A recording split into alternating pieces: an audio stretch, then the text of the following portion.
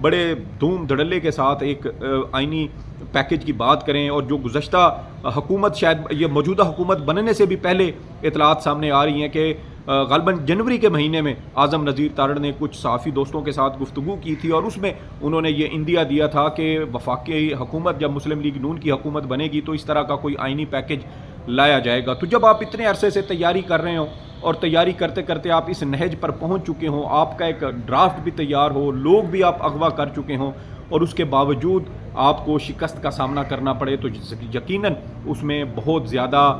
سبکی، بہت زیادہ ندامت اور رسوائی تو پھر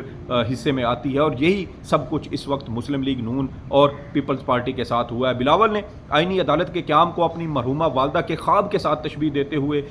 جذبات اور ہمدردیاں سمیٹنے کی کوشش کی تھی، لیکن اس میں بھی بلاول کو شدید ناکامی کا سامنا کرنا پڑا ہے، اور تازہ ترین اطلاعات یہ ہیں کہ اب وفاقی حکومت یعنی مسلم لیگ نون اور پیپلز پارٹی نے آئینی عدالت کے قیام کو اپنے جو کارڈز ہیں، جو آپشنز ہیں، اس میں سے نکال دیا ہے۔ ہاں، اس میں ایک اور اہم چیز یہ ہو سکتی ہے کہ ان دونوں سیاسی جماعتوں کو کہیں اور سے دباؤ آئے، کہیں اور سے ڈنڈا چلے، اور یہ دونوں سیاسی جماعتیں پھر ایک بار ہنگامی طور پہ آئینی ترامیم یا آئینی عدالت اور چیف جسٹس کی توسیع والے معاملے کی طرف چلی جائیں، تو وہ ایک الگ بات ہے، کیونکہ پی ٹی آئی کے لوگوں کی پکڑ دھکڑ اس وقت جاری ہے، لوگ اغوا ہو رہے ہیں، ان کے بیوی بچے اٹھائے جا رہے ہیں، ان کو تشدد کرنے، ان پر جو ہے وہ بڑا خوفناک قسم کا تشدد، یعنی ایک 12 سال کے بچے کی آپ پلاس سے اگر اس کی سینے کی چمڑی کھینچیں اور اس کی پھر جو ویڈیو ہے وہ اس کی والدہ کو فون کال پر دکھائیں، تو پھر اس سے آپ اندازہ کر سکتے ہیں کہ کس طرح کے گمبھیر حالات کا سامنا اس وقت پاکستان کی عوام کر رہی ہے۔ تو یہ کوئی نارمل حالات نہیں ہے جو عام مہذب جمہوری معاشرے کے اندر ہمیں عمومی طور پر دیکھنے کو ملتے ہیں۔ اس طرح کے حالات جو لوگ ضیاء الحق کے مارشاء اللہ میں زندہ رہے، جو لوگ ایوب خان کے مارشاء اللہ کے دوران زندہ رہے، وہ بھی یہ بتاتے ہیں کہ اس طرح کے حالات کا سامنا اس وقت ان مارشاء اللہوں کے دوران بھی نہیں کرنا پڑا جو حالات اس وقت ہیں۔ تو یہ ساری وہ چیزیں ہیں جو اب حکومت کے سامنے ہیں۔ حکومت کو شدید شکست ہوئی ہے، اس کے اپنے بچھائے ہوئے جال میں شکست ہوئی ہے۔ ویسے عرفان صدیقی صاحب تو آج بھی پارلیمنٹ ہاؤس میں ان کا ایک ویڈیو بیان جاری ہوا، سامنے آیا، جس میں وہ صحافیوں کے ساتھ گفتگو کر رہے ہیں، اور اس میں وہ کہتے ہیں کہ ایک مسودے کے اوپر اتفاق ہو چکا ہے، اللہ جانے کہ وہ مسودہ کیسا ہے جس کے اوپر اتفاق بھی ہو چکا ہے۔ دوسری جانب یہ خبریں بھی آ رہی ہیں کہ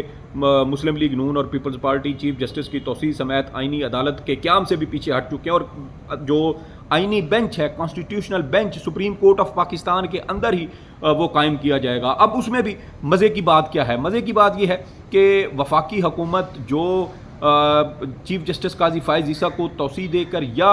آئینی عدالت کا سربراہ بنا کر، اس کے علاوہ چیف جسٹس کی تقرری کے لیے 3 یا 5 ججز کا پینل بنا کر جسٹس منیب اختر کو راستے سے ہٹانا چاہتی تھی، یا جسٹس منصور علی شاہ کو راستے سے ہٹانا چاہتی تھی، تاکہ ان کی اپنی پسند کا کوئی جج جو ممکنہ طور پہ جسٹس جمال مندخیل ہو سکتے تھے یا جسٹس امین الدین ہو سکتے تھے، ان کو تعینات کیا جائے تاکہ حکومت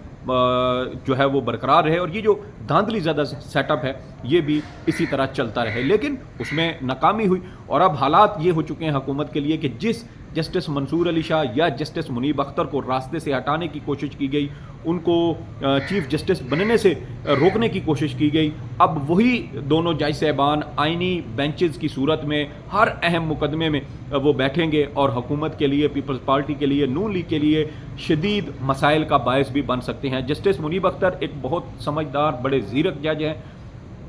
آپ نے جو مخصوص نشستوں والا کیس ہو یا پریکٹس اینڈ پروسیجر قانون کیس میں آپ نے لائیو سٹریمنگ میں بھی جسٹس منیب اختر صاحب کو دیکھا ہوگا، ان کے جو قانونی سوالات، نکات ہوتے ہیں وہ بھی آپ نے یقیناً دیکھے ہوں گے، سمجھے ہوں گے، ان کو سنا ہوگا، تو اسے آپ اندازہ لگا سکتے ہیں کہ وہ کتنے مائنیوٹ جو جزیات بھی ہوتی ہے نا کسی مقدمے کی، اس کی بھی وہ تیاری کر کے آتے ہیں۔ یہی حالت جسٹس اعجاز الاحسن صاحب کی تھی جو اب ریٹائر ہو چکے ہیں۔ تو اس لیے حکومت کے لیے کوئی اچھی خبریں نہیں آ رہی ہیں، اور آج کی جو 3 اہم خبریں جن کو ہم قرار دے سکتے ہیں وہ یہی ہیں جس سے ہمیں آنے والے اچھے حالات کا اشارہ ملتا ہے۔ ایک کہ آج چیف جسٹس قاضی فائز عیسیٰ نے کیس کی سماعت کے دوران جو آئینی ترمیم کے خلاف ہی دائر کی گئی درخواست تھی عابد زبیری صاحب کی، اس کیس کی سماعت کے دوران پہلی بار چیف جسٹس قاضی فائز عیسیٰ نے اپنی ریٹائرمنٹ کی ایک طرح سے تصدیق کی ہے۔ اس سے پہلے ہم متعدد بار یہ کہتے رہے ہیں کہ اگر قاضی صاحب توسیع نہیں لینا چاہتے تو وہ ایک کیس کی سماعت کے دوران کہہ دے کہ ان کی توسیع کے حوالے سے خبریں چل رہی ہیں، لیکن وہ یہ واضح کرنا چاہتے ہیں کہ ان کا توسیع کا کوئی ارادہ نہیں ہے اور جیسے ہی ان کی مدت پوری ہوگی وہ ریٹائر ہو جائیں گے۔ لیکن قدرت کی کرنی ایسی ہوئی کہ قاضی صاحب کو موقع بھی ملا جب سپریم کورٹ آف پاکستان میں نئے عدالتی سال کے موقع پر فل کوٹ ریفرنس کے بعد چائے کی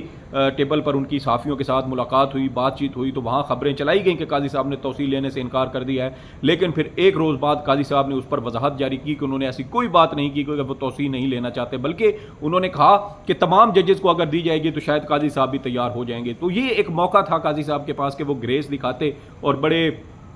باعزت طریقے سے وہ ریٹائر ہو سکتے تھے، لیکن انہوں نے یہ موقع گنوا دیا اور اب ان کو اپنی عدالت میں بیٹھ کر یہ صفائیاں دینی پڑ رہی ہیں، یہ وضاحت کرنا پڑ رہی ہے کہ وہ اپنے عہدے میں کوئی توسیع نہیں چاہتے اور وہ اپنی مدت پر ریٹائر ہو جائیں گے۔ تو یہ ایک بڑی اہم خبر ہے اور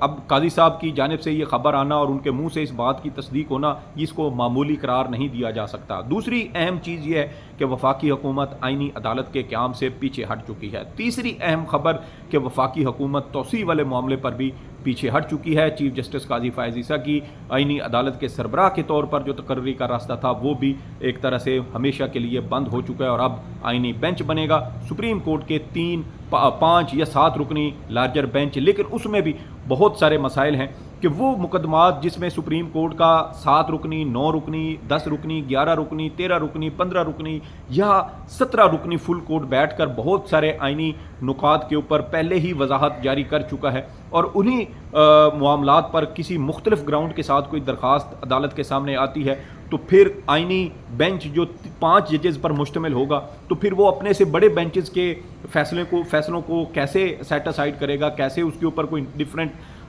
جو تشریح ہے وہ کر سکتا ہے۔ تو یہ مسائل ابھی بھی بہرحال موجود ہیں اور اس پر دیکھنا ہے کہ وفاقی حکومت، مسلم لیگ نون، پیپلز پارٹی اس پر کیا جو ہے وہ اپنی ایک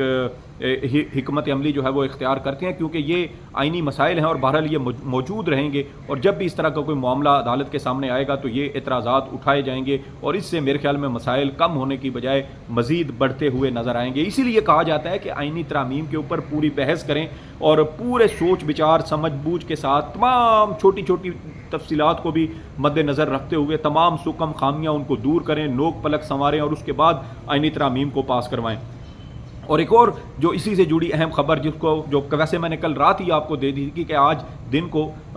وفاقی کابینہ کا اجلاس ہونا تھا جس کے بارے میں یہ اطلاعات تھیں کہ اگر کمیٹی وہ مسودہ پاس کرتی ہے تو پھر فوری طور پر وفاقی کابینہ کا اجلاس میں وہ پیش کی جاتی اور وہاں سے منظوری کے بعد سینٹ اور قومی اسمبلی میں اس کو پیش کیا جاتا۔ تو اب وفاقی کابینہ کا اجلاس تھا نہیں تو اس لیے آج تو وہ پیش ہو نہیں سکتا۔ ویسے بھی اسحاق ڈار صاحب گزشتہ روز یہ کہہ چکے ہیں کہ جو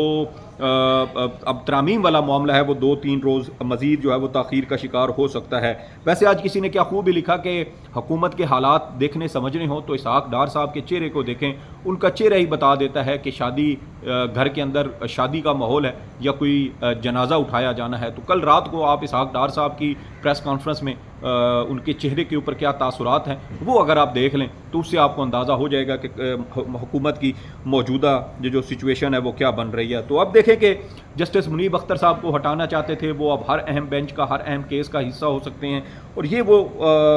اس لیے کہا جاتا ہے کہ انسان کی اپنی حکمت عملی اور قدرت کی اپنی حکمت عملی ہوتی ہے۔ اب آتے ہیں جسٹس منصور علی شاہ صاحب کے نوٹیفیکیشن کے بارے میں کہ یہ کب تک جاری ہو سکتا ہے۔ ویسے گزشتہ رات ہی مولانا فضل الرحمان صاحب کی جانب سے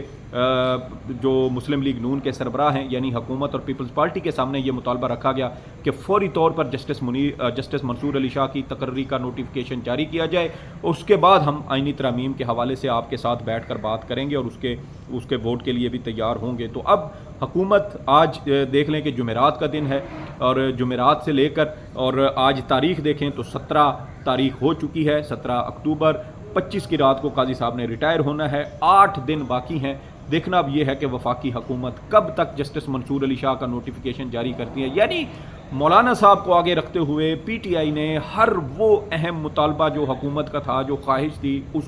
اس میں حکومت کو شکست دی ہے اور اب اگر جسٹس منصور علی شاہ صاحب کا آئندہ چند روز میں امکان ہے کہ ہو سکتا ہے کہ اتوار سے پہلے یہ نوٹیفیکیشن جاری ہو جائے، اور اس نوٹیفیکیشن کے جاری ہونے سے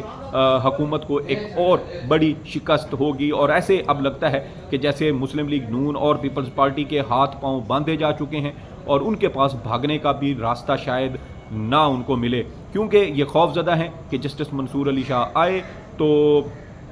جو الیکشن دھاندلی ہے اس کے آڈٹ کا راستہ کھلے گا، بہت سارے معاملات حکومت کے ہاتھ سے نکل جائیں گے، لیکن یہ سب کچھ نہ چاہتے ہوئے بھی حکومت کو وہی کرنا پڑ رہا ہے جس سے وہ بچنے کی کوشش کر رہے تھے۔ تو بہرحال یہ تازہ ترین صورتحال ہے حکومت کے لیے، اب جو ہے وہ ایک طرح سے فیس سیونگ کی کوشش کی جا رہی ہے اور خود کو دلاسا دینے کی کوشش کی جا رہی ہے۔ ویسے آج منیب اختر صاحب نے بھی منیب فاروق نے آج ایک ٹویٹ کیا ہے کہ یہ کنسولیشن جو ہے نا وہ حکومت کے لیے ایک بات بن چکی ہے، اور اس سے آپ خود اندازہ لگا سکتے ہیں کہ حکومت کو کتنے بڑے پیمانے پر اپنے ہی بچھائے ہوئے جال میں اس کو شکست کا سامنا کرنا پڑا ہے کہ اب اس کے اپنے حامی اس طرح کے اگر الفاظ استعمال کر رہے ہیں، اس طرح کی ٹویٹ کر رہے ہیں، تو یہ کوئی معمولی بات نہیں ہے۔ یہ اب تک کی تفصیلات تھیں جس سے آپ کو آگاہ کرنا تھا۔ سعید بلوچ کو اجازت دیں، اللہ حافظ۔